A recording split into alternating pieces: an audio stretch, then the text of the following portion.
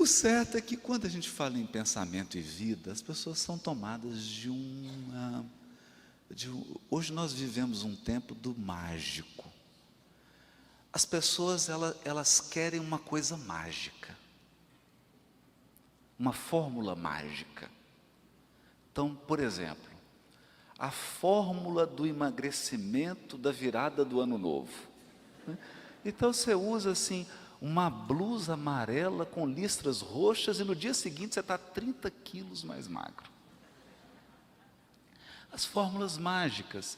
E quando a gente fala em pensamento e vida, logo vem no imaginário das pessoas assim, eu vou pensar positivo e tudo vai se resolver na minha vida, não é? Então, como se fosse, eu vou pensar e com a força do meu pensamento a terra vai começar a girar ao contrário. Então é importante que a gente coloque isso numa perspectiva. E a perspectiva é da questão número 1 de O Livro dos Espíritos. Deus é a inteligência suprema. Isso significa que você pode pensar positivo o dia inteiro, mas o pensamento do Criador se sobrepõe ao teu. Esse é o primeiro ponto. Nós somos espíritas e monoteístas. Para nós, há um Deus, e Ele é um, né? Que é diferente. É diferente.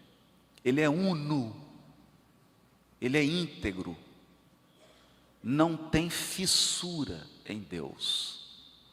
Ou nas sábias palavras de Emmanuel, a providência divina não desce para errar conosco. Ela é soberana. Então, quem rege a criação é Deus. Então não adianta você aprender física quântica e tentar manipular as partículas subatômicas para fazer a cura quântica da sua vida. Não tem mágica. O pensamento divino rege a criação infinita. Infinita. Até porque, por mais que você tenha um pensamento, você pode até ser um Jedi, mas só na nossa galáxia tem aproximadamente 100 bilhões de sistemas solares. Nós não damos conta de prestar atenção na conversa de 3 pessoas, que dirá dirigir uma galáxia. Então esse é o ponto fundamental.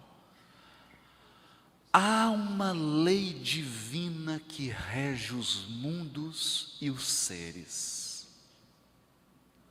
Então significa que você pode escolher as notas, mas a pauta é de Deus. Ele pôs lá 5 linhas, e meu amigo, você tem que escrever ali. Tem uma pauta. Dentro dessa pauta, há uma margem gigantesca, diga-se de passagem, no que diz respeito a nós, mas é uma margem. Porque o nosso livre-arbítrio não pode se sobrepor ao livre-arbítrio de Deus. Esse é o primeiro ponto. Então, quando falamos em pensamento e vida, falamos nessa perspectiva. Na perspectiva de leis morais. Segundo ponto, que é uma coisa que me encanta, e que foi dita por alguém que talvez não tenha lido o Livro dos Espíritos. Desmond Tutu, um bispo anglicano da África do Sul, que foi escolhido por Nelson Mandela para uma tarefa difícil, depois do fim do apartheid, daquele absurdo do preconceito racial na África do Sul.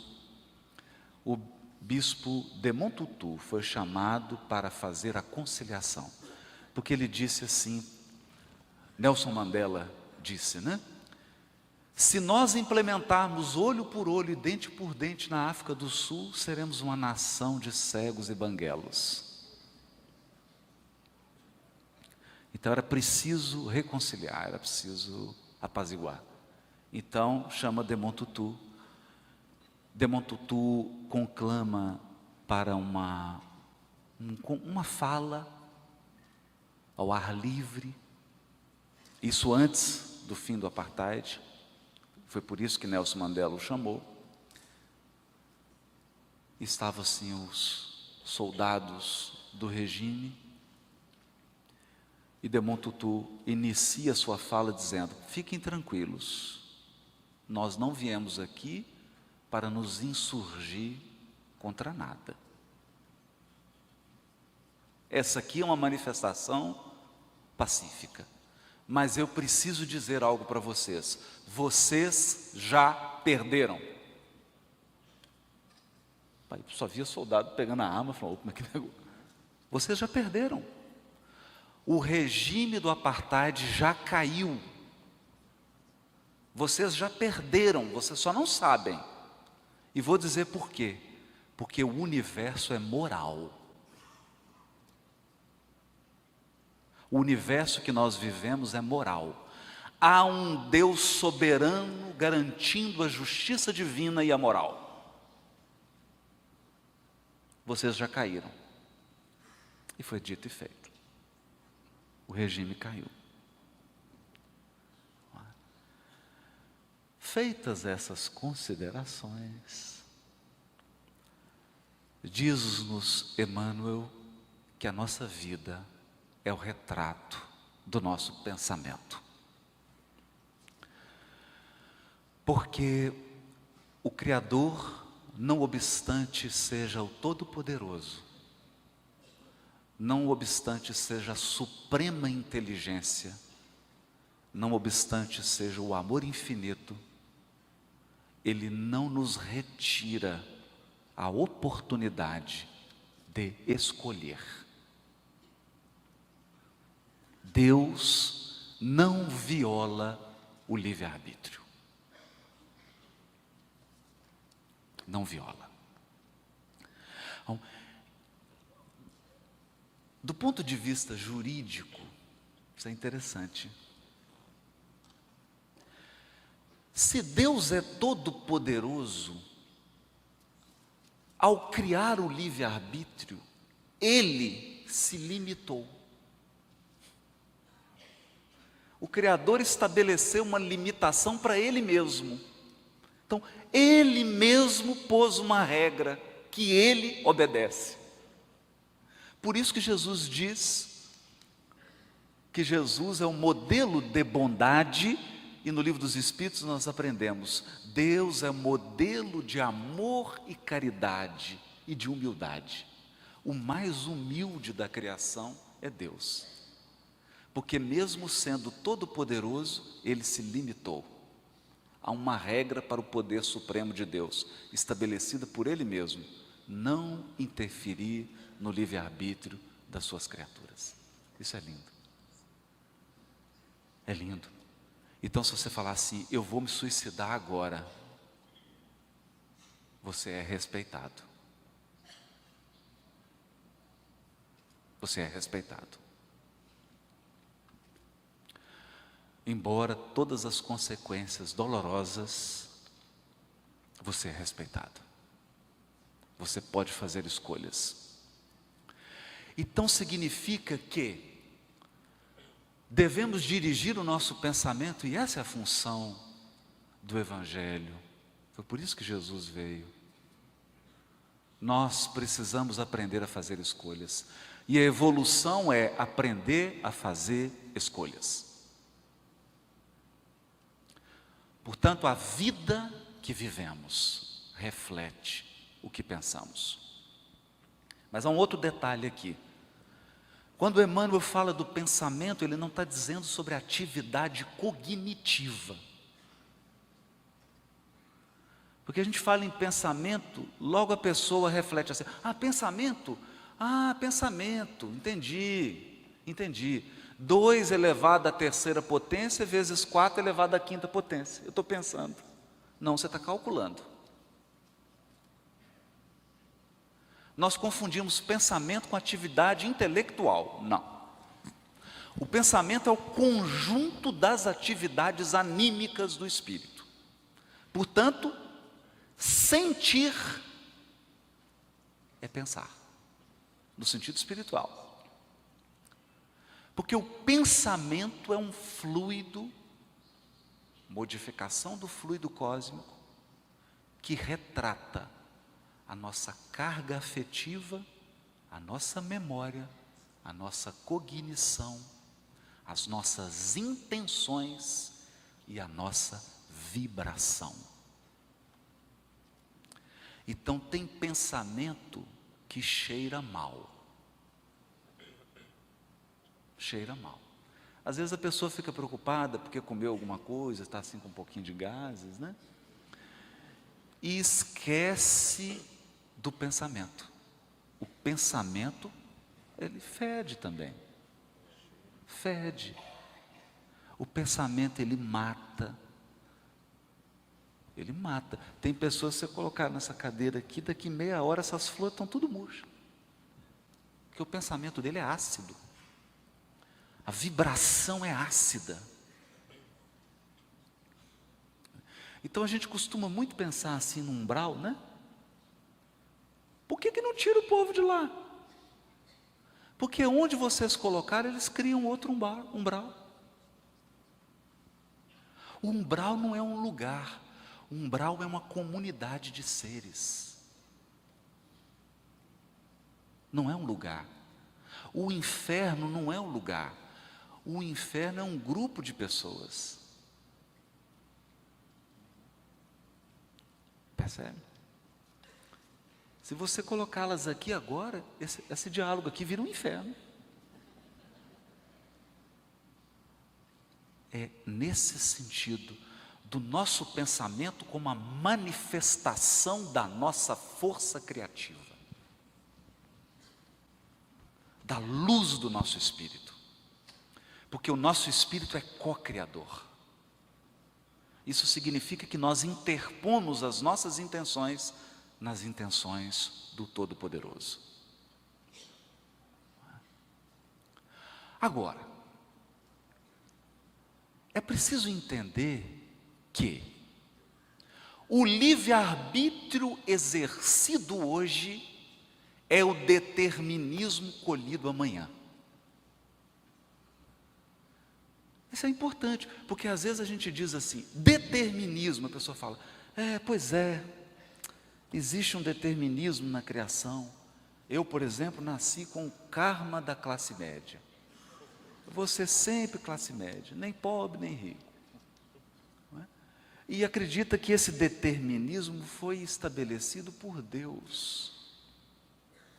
O determinismo é o livre-arbítrio de ontem. Ou os parâmetros da lei divina. Então nós precisamos distinguir no determinismo o que é lei divina. Por exemplo, a Terra gira em torno do Sol, salvo engano, com a velocidade de aproximadamente 33 mil quilômetros por hora. E meu amigo, não adianta você fazer um curso de pensamento positivo para acelerar, porque não vai.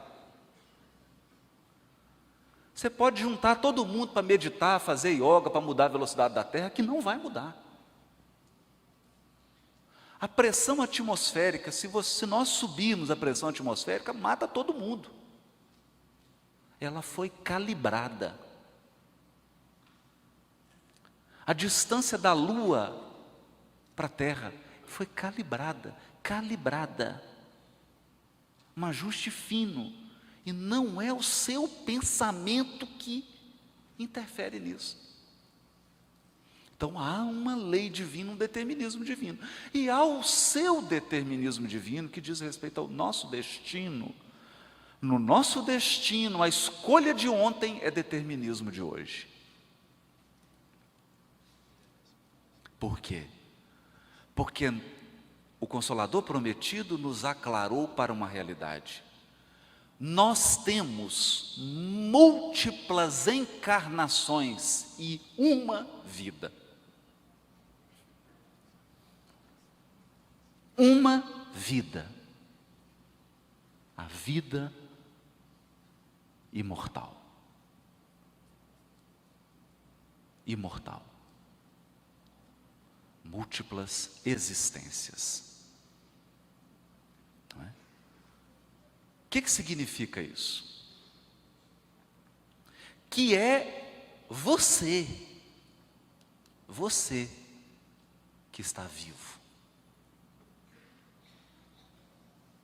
E o tempo traz de volta o que um dia nós espalhamos. Por isso Emmanuel irá dizer no Pensamento e Vida, que o mal sempre retorna ao núcleo da sua emissão, da sua atividade. Então isso significa que nós não estamos aqui num processo assim mágico de vamos pensar positivo para ter uma vida positiva. É mais profundo que isso. Educa o teu pensamento para que a tua vida mude. Aprenda a escolher. Aprenda a escolher.